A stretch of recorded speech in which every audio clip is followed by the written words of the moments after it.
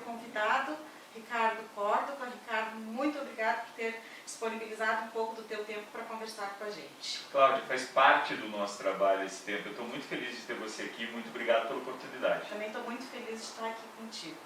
Ricardo, para começar a nossa conversa aí, eu queria que você falasse um pouco sobre essa transição. Você coordenava uma rádio que fazia parte de uma das maiores redes, né, de rádio do Brasil. E você resolveu montar a tua rádio. Gostaria que você explicasse um pouco essa mudança, essa decisão. Bem, nós tínhamos um contrato com a Rede Mix de rádio, assinado em outubro de 2019. Ele era de 2 anos e iria até outubro de 2021. Acontece que com a pandemia nós tivemos que nos reinventar numa série de questões. E só a rádio musical não estava oferecendo um conteúdo comercialmente interessante para o mercado. Baseado no nosso Jornal da Manhã, onde nós tínhamos e temos até hoje 16 colunistas, nós começamos a perceber que as pessoas tinham muito interesse por veicular conteúdo. Então são profissionais liberais, das mais diversas atividades, que gostariam de estar no rádio mostrando aquilo que sabem. Só que dentro do padrão da Rede Mix nós não conseguiríamos ampliar esses horários, nós já estávamos argolados com aquilo que a Rede Mix nos disponibilizava de horário.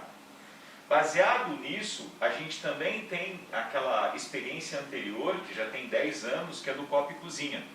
O Copa, ele foi feito com bancada de convidados, sempre profissionais liberais, médicos, empresários, nós tínhamos todo tipo de convidados. E essas pessoas, obviamente, mostrando o seu conhecimento, acabavam atraindo uma audiência interessante. O Copa deu origem ao Papo de Copa, que é um outro programa de bancada que também tinha a mesma característica. Com isso veio o Jornal da Manhã. Então veja, nós tínhamos 4 horas diárias, que era o que nos permitia a Rede Mix, e elas já estavam esgotadas, com todas as cotas de patrocínio vendidas e todos os espaços que nós tínhamos para essas pessoas se manifestarem. Então com isso nós ficamos sem mais espaço. Aí numa manobra jurídica conseguimos uma brecha no contrato para poder cancelá-lo antes do término, sem que a gente precisasse pagar uma multa, que era uma multa que nos faria, se não tivesse essa brecha, nos faria ficar até o final do contrato. E já que tínhamos essa possibilidade, resolvemos antecipar o término para poder inserir mais conteúdo, mais pessoas dentro da programação e se transformando então na rádio de maior geração de conteúdo em Lages. E na tua visão, assim, a tua rádio começou a funcionar no dia 3 de maio, né? Faz aí menos de uma semana que for no ar. Quais são os próximos desafios a serem enfrentados daqui para frente? A gente começou com 14 horas nessa primeira etapa do projeto, 14 horas diárias. Na verdade eram 12 projetadas, das 7 da manhã até as 7 da noite. E aí, com a possibilidade de termos o Daniel Goulart, que é oriundo da Rádio Clube de Lages, com uma fama sem precedentes no que diz respeito ao serviço comunitário, eu me peguei durante uns 3 meses, que é o tempo que a gente está mais ou menos projetando a RC7, eu me peguei pensando se eu estaria disposto a enfrentar o desafio de mudar radicalmente o estilo de rádio que eu sei fazer e venho trabalhando ao longo de 35 anos, e migrar, pelo menos parcialmente, para a rádio comunitária. Não é uma questão muito fácil para mim, não. Desde a estreia do Daniel eu tenho acompanhado de forma sempre atenta para que a gente consiga fazer um meio termo entre o trabalho que o Daniel Goulart sabe fazer muito bem e aquilo que a gente se propõe desde o início do projeto. Então o projeto era para começar com 12 horas, das 7 até as 7, das 7 da manhã às 7 da noite. Com a vinda do Daniel, nós ampliamos isso para das 7 até as 10 da noite. Sem contar a Voz do Brasil, nós estamos gerando 14 horas por dia de conteúdo. Sempre ao vivo, sempre local e sempre informativo. A gente costuma dizer que até na música a gente está gerando conteúdo, porque nós temos programas, por exemplo, que nós apresentamos as 7 músicas mais ouvidas no Brasil e as 7 mais ouvidas no mundo. Veja, o nosso estilo musical, comercialmente falando, ele é o pop rock. E mesmo assim, no Top 7 Brasil, nós acabamos tocando música sertaneja também, porque elas estão entre as mais ouvidas do Brasil. é contra aquilo, é um produto que nós não gostaríamos de veicular, não queremos, até a produção como um não todo. Não é o foco, no caso mas de qualquer forma a gente resolveu tocar porque a gente está prestando um serviço que é informação. Então quem liga, além de ouvir música, sabe quais são fidedignamente as 7 músicas mais ouvidas do Brasil. Então no primeiro momento a gente está com essas 14 horas, mas ainda tem o projeto de ampliação a partir de agosto ou setembro, onde a gente vai estar com praticamente 20 horas diárias e mais o final de semana quase que integral. Ricardo, eu gostaria que você falasse um pouco sobre a programação, né? Você já falou aí que tem 14 horas de produção de conteúdo local, né? Justamente desengessando das rádios, né? Que você já trabalhou, inclusive Atlântida e tudo mais, que você tem que obedecer a grade da emissora, né? E com a RC7 você tem a possibilidade de utilizar o tempo da forma que você achar melhor. Além do Copa, do Papo de Copa, do Jornal, do Daniel Goulart, que outros programas a RC7 vai colocar no ar? Ou já está colocando? Nós já estamos no ar com alguns programas que a gente chama de revista eletrônica. São 3 programas, na verdade, que têm essa característica. Das 10 ao meio-dia, por exemplo, nós temos o Gabriel Matos, que é oriundo de outras emissoras também. Estava há um tempo trabalhando apenas com o Google, é o representante Google aqui. E nós o convidamos por causa da vontade dele de voltar para o rádio.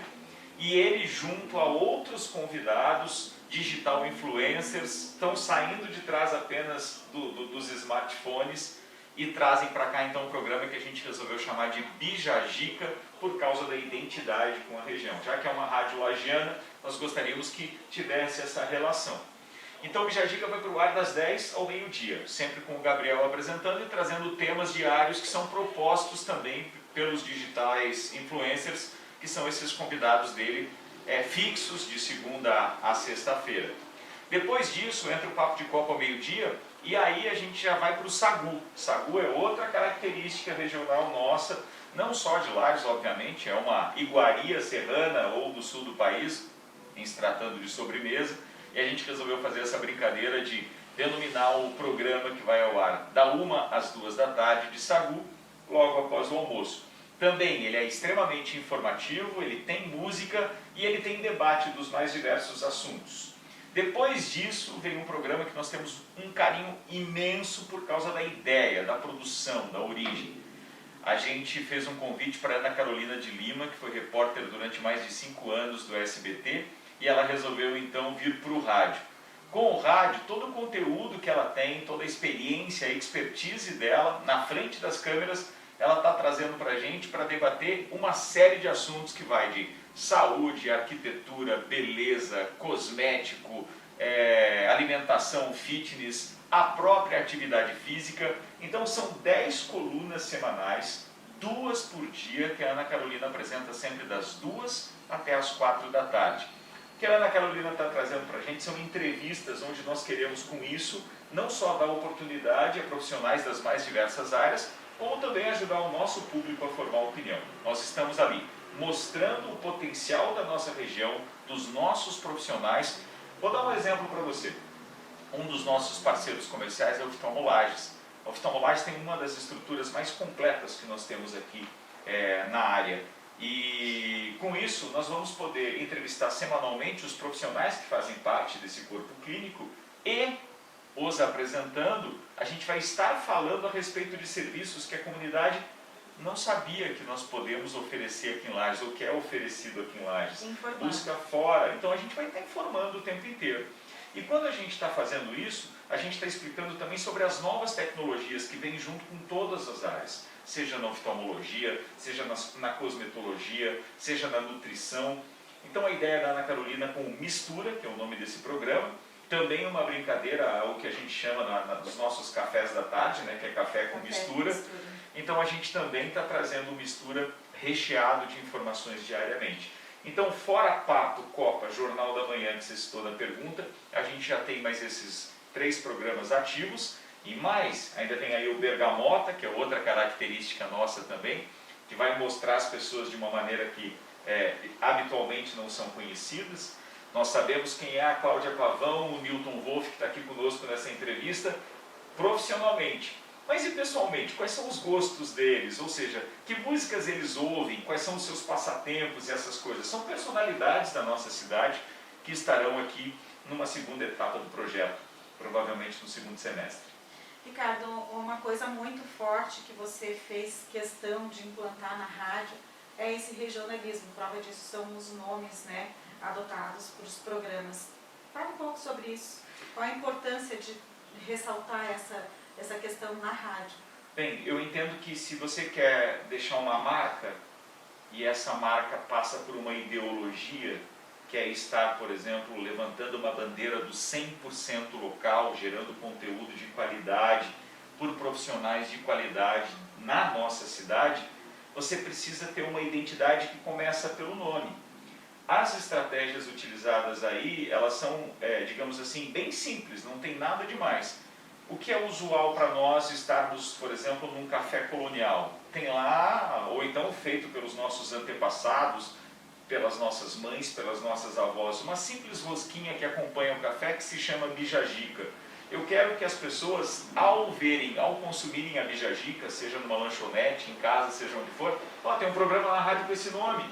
Então, assim, isso é usual, é do nosso dia a dia. No entanto, a gente quer utilizar esse mote de termos o contato diário com algumas coisas simples, como um sagu, uma bergamota, uma bijagica, que lembrem da emissora de rádio, porque nós temos a intenção de dizer, olha, nós adotamos esse nome, que não é adotado em lugar nenhum do mundo para um programa de rádio, porque a gente quer dizer que a gente é daqui, que a gente é de Lages. E valoriza, né? Muito, eu acho que está implícito, né? Com certeza.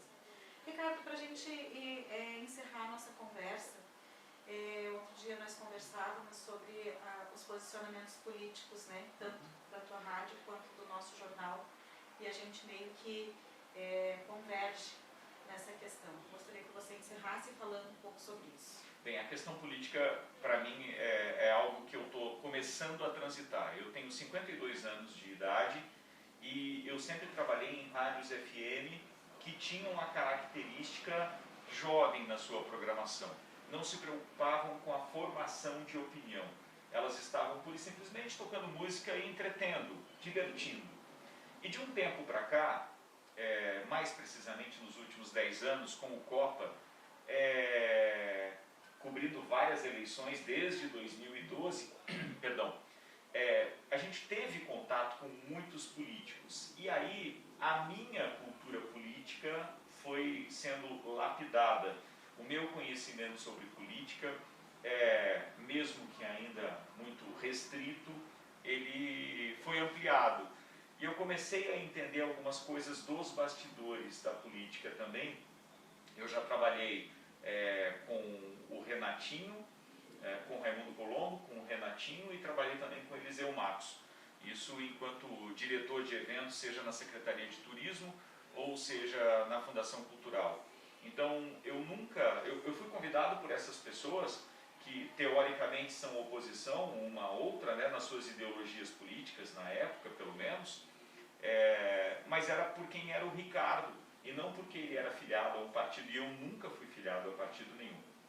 Então, quando eu resolvi adotar uma rádio que também segue em colunas ou no posicionamento político aquilo que nós entendemos que é o melhor para a cidade, eu sinceramente não estou preocupado se eu vou ter na bancada do programa a situação ou a oposição. O que eu tenho como ideologia, e eu cravo aqui numa entrevista, é que eu sou contra a distribuição, por exemplo, de verba publicitária que tem o objetivo de calar a boca de quem é contrário à situação.